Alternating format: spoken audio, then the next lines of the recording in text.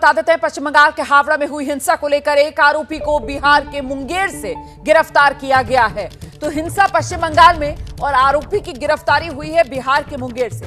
सुमित शॉ नाम के इस आरोपी को गिरफ्तार किया गया है। सुमित शॉ की तस्वीर सामने आ गई है, जिसमें उसके हाथ में हथियार भी देखा जा सकता है।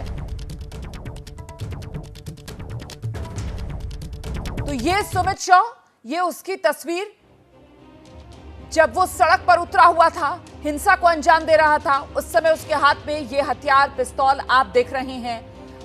और अब सुमित शॉ की गिरफ्तारी हुई है। पश्चिम बंगाल के हावड़ा में जो हिंसा हुई थी, उसको लेकर आरोपी को बिहार के मुंगेर से गिरफ्तार किया गया है। हम सीधे रुक करते हैं, मेरे साथ मेरी सहयोगी मनुगे लोहेवाल इस वक्त मौजूद है। मनुगे, पश्चिम बंगाल में ये जो हिंसा हुई, बार बार इसको लेकर जो टीएमसी सरकार है उसकी तरफ से कहा जा रहा था कि उपद्रवी जो है वो पश्चिम बंगाल के नहीं बल्कि बाहर के राज्यों से आए, और ऐसे में ये गिरफ्तारी जो बिहार के मुंगेर से हुई है, क्या जानकारी मिल रही है इस शख्स सुमित शॉ के बारे में? क्या ये बिहार का रहने वाला है? क्या पश्चिम बंगाल गया था ये सिर्फ और सिर्फ इस हिंसा को अंजाम देने के लिए?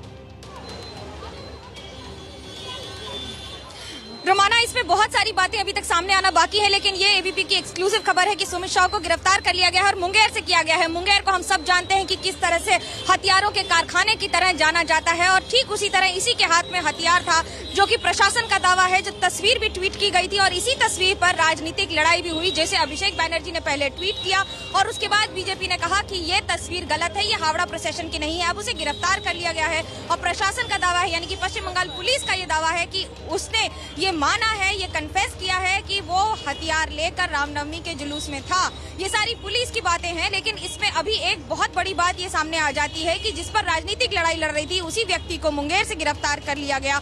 हावड़ा की रामनवमी की रैली में जिस तरह से आरोप लग रहे थे कि हिंसा की वारदात को जानबूझकर अंजाम दिया गया है, और इसी पर बीजेपी बनाम टीएमसी चल रहा था, इसी पर केंद्र बनाम राज्य चल रहा था, और इसी पर लगातार आंदोलन, यानी कि बीजेपी अब सड़क पर उतरकर जगह जगह प्रदर्शन कर रही है, और एक के बाद एक हो रही इन घटनाओं ने जिस तरह से हिंसा का स्वरूप ले लिया है और कई जगह सांप्रदायिक मतभेद का भी स्वरूप ले लिया है, उन सब के बीच में इस समय ये गिरफ्तारी एक बहुत बड़ी बात कहती है कि फिलहाल बंगाल में ये आंदोलन एक और नहीं थमने वाला है, तो वहीं दूसरी ओर प्रशासन की चाक चौबंद व्यवस्था भी, जिसमें वो पूरी तरह से तैयार है। कहीं 144 धारा लगा दी गई है, तो कहीं गिरफ्तारी हो रही है। आप अंदाजा लगा सकते हैं कि सिर्फ हुगली में पिछले 2 दिनों में 36 लोगों से ज्यादा को गिरफ्तार कर लिया गया है। हावड़ा में 38 लोगों को गिरफ्तार किया गया, 2 मामले किए गए जिसकी जाँच अब CID को दे दी गई, और इसकी शॉ की गिरफ्तारी अपने आप में एक बहुत बड़ी सफलता प्रशासन की ओर से, लेकिन राजनीति अभी जारी रहेगी। बहुत शुक्रिया आपका मनुगे लोहेवाल इस तमाम अपडेट के लिए। तो प्रशासन इसको अपनी बहुत बड़ी कामयाबी मान रहा है, जिस तरीके से सुमित शॉ नाम के आरोपी को